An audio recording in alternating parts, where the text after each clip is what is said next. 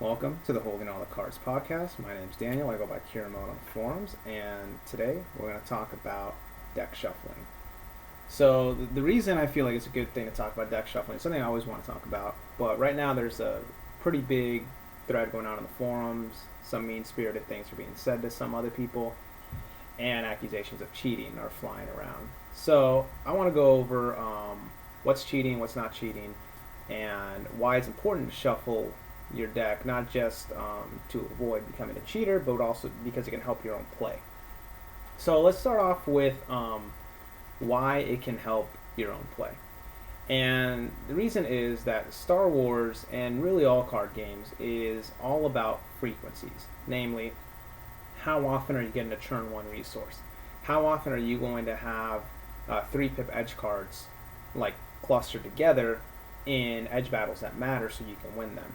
How often are you going to be able to top deck the card that you shuffled back into your deck with Undercover? How often are you going to be able to play Palpatine the moment you draw him? How often can you play your Falcons? All that stuff matters, and it's all about frequencies. Now, when you don't shuffle your deck correctly, you can oftentimes end up having a card clumping. So certain cards tend to stick together. And the problem with card clumping is it can make your deck look abnormally good or abnormally bad. So for example, if Luke and his lightsaber are always next to each other, your deck's going to look awesome. If Luke and his lightsaber are never next to each other, your deck's going to look not as awesome. And it doesn't give you a fair representation of what your deck can do. And I feel like to become a better player, you have to know what your decks are capable of. And the best way to learn what your deck is capable of, outside of just going and doing a ton of math to see what every single frequency is to simply play the deck. To simply see how often are you drawing hands where they're dead hands. How often are you drawing hands where you draw a hand, there's only one unit, and that unit is not the one slot unit. And to clarify, when I say one slot, I mean if you take away the objective, each pod has 5 cards. You have your 1 slot, which is typically your main unit, your 5 slot, which is typically a fake card, and then all the other 3 slots, your secondary units, enhancement, whatever. The 1 slot's your main unit, right? So you're going to draw hands where there's no 1 slot cards. So when you draw hands that have no 1 slot cards, are those still playable hands or are they not playable hands? Some decks have a lot of really good mid-cost events and good secondary units, or maybe you have Pilot Luke, who's like a second main unit, or maybe you're playing Kyle, who has a second main unit. But other decks, like Owen's pod, there is no second unit. Yoda's pod doesn't have a second unit if you already have Yoda on the board. Leia's pod has the Ewok. There's pods that just don't have that next guy in line, and it leads to dead hands. So like, how often is that screwing you over? That's a question that you need to ask with your deck. And if you're not shuffling correctly, you're not going to get a clear answer as to how good your deck will be in the long run, because that's the other thing. In the long run, your cards will eventually be randomized. No matter how bad you are at shuffling, they're going to get random. So if your cards are clumped together good now, where Luke's always next to his lightsaber, it's kind of like Murphy's Law, where the moment you go to the tournament, Luke's been next to his lightsaber every single game you've played at home. You get to the tournament, he's never next to his lightsaber, ever. All rounds go by, you never get a chance to do it. And it's like, well, why did that happen? And you say, that's just like the worst luck ever. And the answer is, well, not really. Like, you're going to have tournaments where you never have Luke and his lightsaber next to each other. But if you played a bunch of games where you just saw that combo over and over again, then you're getting a false representation of your deck. And that's why it's important to shuffle thoroughly and truly randomize your deck, so that way you can get a better idea of what your deck can do, and you learn which cards have value that aren't as apparent and which pods have lower value in ways that aren't quite as obvious. So for example, Sabine, I think every single one of her pods individually is actually a pretty solid pod, but there's no unit in there and there's no resource in there. So it hurts the consistency of your deck. It hurts your frequency as to how often you're hitting turn 1 resources. It's hurt your frequency as to how often are you getting dead hands. Your dead hand frequency goes up, your turn 1 resource frequency goes down. Those are 2 things you don't want in your deck, even if Sabine's a really good card herself, and even though it has 10 edge pips. And these are the kind of things you need to think about, but if you're doing poor shuffling, you may never notice that. Now, let's talk about mana weaving. So mana weaving is a magic idea where what you do is, like, let's say the top half is lands, the bottom half is everything else, And what you do is you basically stack your deck in a way where you can alternate how many lands you have with how many creatures you have, so that way you have a perfect distribution of cards, right? That way, like, every third card's a land. Or in the Star Wars case, you could do it where, like, every 8th card is a resource or something. And there's ways that you can theoretically stack your deck to do that, and I mean, that's cheating if you're intentionally doing that. I don't think it's cheating, however, to just declump the cards if you notice that your deck shuffling is not ideal. So a lot of people, they do this, and I do this too. You play your game and you have like your resources here and you have your other cards up here, and then the game ends, and what you do is you stack up all the resources, put them together, stack up everything else, put it together, and you just throw it on top of the deck. So when the next game starts, you're thinking, crap, I have 8 resources right here next to each other. Okay, well, let's separate this out real quick. Some people think it's cheating, some people think it isn't. I think provided that you sufficiently shuffle, it's a nice placebo effect. But some people suck at shuffling, and like me, I'm not the greatest shuffler either, so I like doing that just because I feel like it adds another bit of randomness. Now, what I do think with Star Wars in particular is how many piles you shuffle in is always relevant. So, in particular, with Star Wars, there's a couple key cards. You have a limit of 2 pods of a copy. You have 10 objectives. You have 5 cards per pod. So, and of any particular card, you're either going to have 1, 2, or 4 of them. So to me, the key numbers are 2, 4, 5, and 10. So those numbers should never be your piles, in my opinion. And really, you probably shouldn't do 8 either. And 6 is kind of questionable, but the good numbers to choose for pile purposes are 7 and 9. Because they don't share any common factors of the key numbers that are inside of your deck. Again, that's my personal opinion. That makes me feel good, but anyone can shuffle however they want. I don't have any personal problem with pile shuffling, provided that you do real shuffling afterwards, because pile shuffling is not really shuffling. So I thought I'd give people an example of how I shuffle my deck for every single game, and I'm pretty consistent about it. I sometimes change how many piles I go with, but it's the same idea. So let's take my deck. What I'll do is, let's do a pile. So here I'll do a pile of 7. And so I might mash shuffle once or twice before I do this. But the idea is you sort them out into piles. And it's also a good way to count your deck too, because sometimes like you'll be missing 1 card. So it's a nice insurance technique to make sure that you don't have an illegal deck before a game.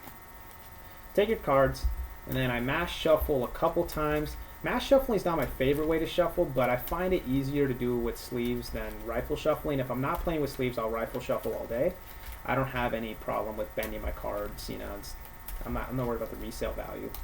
But okay, so mash shuffle a couple of times. Then I'll do what I call a toss shuffle or a lazy shuffle. As I learned this in Yu-Gi-Oh, and I don't think it's a great way to shuffle, but I think it's a good way to move the cards around, much like how you move the cards around when you pile shuffle. It goes like this. You throw a pile here, throw another pile on top of it, and then maybe throw a pile behind it, pile on top, pile behind, pile on top. There's no pattern you have to take. You just throwing cards around. And all it does is it just moves the position of the cards enough for it to matter. And the reason I feel that's important is when I mash shuffle, I notice when people mash shuffle, they do one of 2 ways for the most part. Well, I guess there's 3 ways. One way is the correct way, right? Where it's you take the exact half, you even it out, and slowly push it into a perfect mash. Nobody does that. Here's what people do.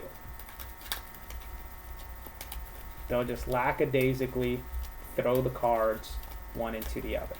And what I notice is when people's tendencies when they do this, they either massively undershot and always hit the middle, or they'll overshot and not even shuffle the top however many cards. So I'll give 2 examples of this and why I'm afraid of it. So let's say I want Moment of Triumph mid-game, right? People are going to cut your deck, right? So if you have Moment of Triumph at the top of your deck, no matter how they cut it, it's going to end up somewhere in the middle, so you're going to get it mid-game. So there's an incentive to keep it on the top of your deck. So if I mash shuffle and I take my stack and I just keep pushing it towards the middle, right? Do this. I mean, the established number of times you'd have to do this is 7 times to get like a fully shuffled deck. Like, I mean, as I'm shuffling it right here, I'm not like a card, like a what's it called, like a magic expert or anything, like in terms of sleight of hand. I'm just like your typical CCG, LCG player. And I don't think anyone sees anything particularly nefarious with how I'm shuffling here. It's a pretty normal shuffle. But, of course, it's right there at the top. Because what I kept doing, if you look closer, is every time I shuffle, I take a stack, I push it, and it's just a tendency. I tend to shuffle towards the middle of my deck. When I shuffle faster, what I notice, though, is I tend to overshoot. So when I overshoot, take the same stack, but instead of pushing it right to the middle like I typically do, I might sometimes do this. I'll shoot, and I sometimes just straight up miss the whole thing, but other times I'll hit it towards the middle, and there's like 5 cards here that just didn't get shuffled with anything. They didn't get mixed up. They're still clumped together. So you do that once, and then you throw another one, and this time I had, let's see here, 7 cards that didn't get shuffled. Let's do it again. This time I got 15 cards that didn't get shuffled, you know? And it's not like this time I managed to get them all in, right? Like this time right here, no extra cards, not shuffled. But if you overshoot, in this case here I missed by 8. You know, you overshoot, there's going to be these clusters that are just stuck together, which that really bothers me. That's why I like pile shuffling, because if I feel the clusters are off. So personally, what I've done to minimize that cluster, because I can see that, is I try to always shoot for the middle. I try to make sure that there's 0 cards that are shot over the top. But the problem is, if you're putting 0 cards that are clustered over the top, that means this top card is going to say the same card every single time. And at that point, you're basically cheating if you know what the card is. So again, one of the ways that I try to minimize that is I'll try to shuffle for the middle for the most part. Every now and again, I'll throw one over the top, but for the most part, I'm shuffling right down the middle. And then mix it up with one of these. And then sometimes I'll just go all the way through on the top. Other times I'll go 1, 2, back 2, 1, back. Like, it doesn't really matter how you do it. Just like, it's just another way to mix up the cards in a way to compensate for your own lack in deck shuffling techniques. Because I can tell you, I have not seen one person who carefully every single shuffle does this. Like, looking to make sure that no 2 cards are stuck next to each other, takes another careful one, and you don't see that. Like it never, ever, ever happens. It's a lot of this, right? And people are just mindlessly shuffling, and they're giving into their own tendencies, which could help or hurt them. Now, for a tournament purpose, I wouldn't suspect someone of cheating for the most part when it comes to shuffling. I just think that the amount of thought required to be able to fully stack your deck and avoid cuts, it's kind of impressive as to what you'd have to do. And I don't give people credit for that. I just don't think people have the desire to do that or the capabilities to do that, especially when you're not playing for money. Like, because we're not playing for money, we're all playing for bragging rights. So I'm not too worried about that, but you know, to play it safe, if you see someone and all they did was mass shuffle and they don't pile shuffle, maybe you pile shuffle for them. If you see someone pile shuffle and that's it, because they're not really shuffling, well then at that point you say, hey look man, you got to shuffle your deck. Like, that's not good enough. And you can call people out on that. It's not against the rules to call someone out for not shuffling. At Worlds last year, there was a guy that I played who, I kid you not, this is how he came to the table. Dude comes to the table, you know, he has his deck box, pulls out his deck, and I saw him do this.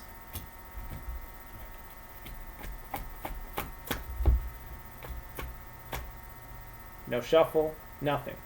He just pulled the cards out of the box and then just expected me to believe that, yeah, there's nothing nefarious going on with his shuffling. I called him out on it and I told him, hey man, you got to shuffle your cards. Now this dude proceeded to do a whole lot of other stuff that was shady, but you know, that's how it is. I mean, some people are like that. Some people try to abuse the system. Some people try to fool you, but you know, you just gotta call it out when you see it. Odds are, like, the people that are cheating, probably not that great at the game, and are probably not going to be good enough to be able to stack their whole command deck. But there's one thing I would like to talk about, where I am personally always suspicious of people, and it's regarding their objective decks, because I feel like where I see the most egregious shuffling is with their objective decks. When it comes to command decks, most people, they do the same routine, right? Like, I have my routine when I shuffle decks. Most people pile shuffle, then they mash shuffle, and then they give you the deck to cut it, which I think is good enough. Like, I think cards are random enough, and I don't suspect people will foul play when they do it. They might unintentionally stack the deck in a way that favors them or in a way that doesn't favor them, but I don't think it's nefarious. I don't think it's cheating. The objective decks, that's where I really worry. Because while I don't give enough credit to people, like, I don't think people can actually stack their command decks. People can totally stack their objective decks. So this here's my Navy deck. And what I'm afraid of happening when people play Navy is they'll do something like this. They say, okay, I want Enforced Loyalty in a pile. I want Tarkin Doctrine in a pile. I want to have my Might of the Empire in one pile. I'll stick one Moon Blockade because it's a garbage objective in the pile. And then I'll put Entrenched Defense in this pile. And then for the other pile, it's the same pile, except instead of Entrenched Defense, I have Repair and Refurbish. So you have your two piles, and what you want is you just want to have one of the two piles. Like, you don't really care which way the cards come, so you put the cards one on top of the other, and then people will do this sort of shuffle. And then they'll just expect you to cut it. And it's like, that scares the crap out of me, because my suspicion is that the way the cards are ordered, odds are you're probably not drawing two Entrenched Defenses. And you're probably going to be drawing a lot of Yularen plus Tarkin objectives. And that's what ultimately scares me as a player a lot, to think that players can stack their objective flops. So a good practice to have if you're like at a high level tournament is when somebody gives you their objective decks, you just resort their cards, because you're not shuffling their decks for them, right? Which you could do. You could shuffle their deck for them. But you're just reorganizing the cards in a way where it's like, okay, well, if I suspect you of card clumping, intentionally card clumping, I am going to declump your cards. I'm going to change how they're clumped together, which could mess up your strategy that you have ahead of time. And that's the only thing that really scares me. The objective decks, you could take someone's objective deck and start pile shuffling, but that takes too much time. So what I do in high-level tournaments is you cut either one way, or sometimes I'll do like one of these stranger cuts. And then for the objective decks, since it's only 10, I'll either do a pile of 3 or maybe a pile of 4 sometimes. I don't love pile of 4, so I prefer pile of 3, but you just want to bury it somehow. And then it's like, okay, now you can play your cards. But yeah, that's my sort of 2 cents on the shuffling. I don't, like, say never attribute to malice what can be adequately explained by stupidity. I don't think people intentionally stack their decks. I don't think we have a whole lot of malicious players for the most part. And I think the type of cheating that people would do isn't in their command deck. I think it's in their objective deck. And that's what worries me more than anything. Just to think that, people could do that, and like people, and some people just don't shuffle their objective decks. And I think it's also just a scary thing, because think about it this way: you could do it unintentionally with your objective decks. Because if let's take light side, right? As a light side player, you're almost never going to keep 2 May the Force be with you. In all likelihood, you're probably only going to play one of them. So let's say my opening hand is 2 May the Force, 1 Hero's Trial, 1 Planning the Rescue. In this case, you're probably keeping a Hero's Trial, but let's say you didn't, right? Like, let's say you don't want to have 2 May the Force. So you say, okay, I'm going to take this extra May the Force, put it at the bottom of my deck, because you only need 1, and I'll play the other 3. Over the course of the game, May the Force you with you is probably going to get blown up, and you get another objective. In this case, it's a Hero's Beginning, right? And then let's say you win. What's ultimately going to happen is you're going to take these 5 cards, random, right? You're just grabbing them, and in all likelihood, you're putting them at the top of the deck, which means you now for sure, guaranteed, have 1 May the Force be with you in the bottom half of your deck, and 1 May the Force be with you in the top half of your deck. And you're separating the cards, right? Like, you're unlikely to have 2 objectives that are exactly the same next to each other. They're almost certain to be away from each other, which when you then go to the next game and you see people shuffle like this, that's it, and then they give the deck to you to cut, odds are they're probably not flopping double May the Force. Odds are after you cut the deck, if you cut it where you didn't cut enough cards and put them on the bottom, they have the May the Forces on the top of the deck, and if you cut too many cards, the May the Forces on the bottom of the deck is going to come up.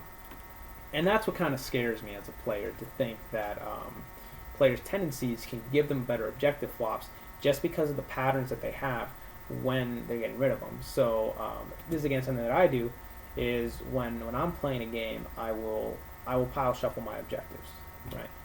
I'll typically do piles of 3, and then put them together.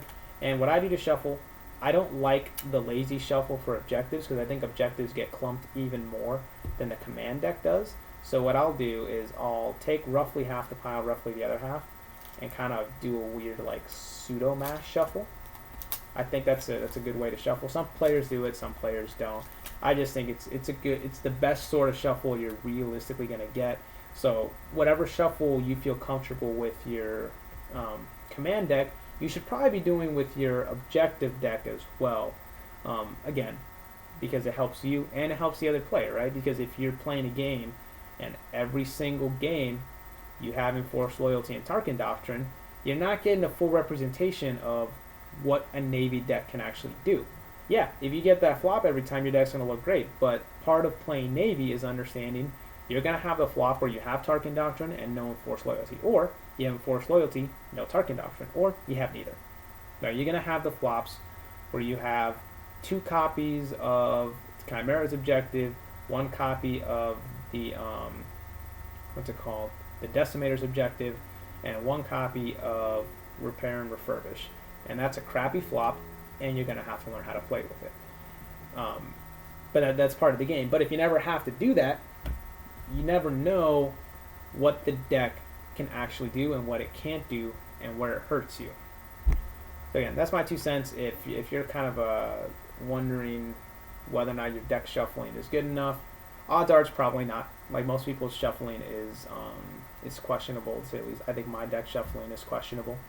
But I think that you shouldn't probably worry about people cheating. I don't worry about people cheating for the most part, but do your part, cut people's decks, pile shuffle people's objectives, and shuffle your own objectives to the best of your ability. You don't need to spend 10 minutes shuffling your deck. Like if you saw my habits for shuffling, didn't take that long. And also with practice, you learn how to do it quicker, right? Like if you just do it over and over again, you'll speed up the process for how long it takes you to shuffle your deck. Anyways, this has been the latest episode of the Holding All the Cards podcast. I'm Kiramode, and look forward to next time.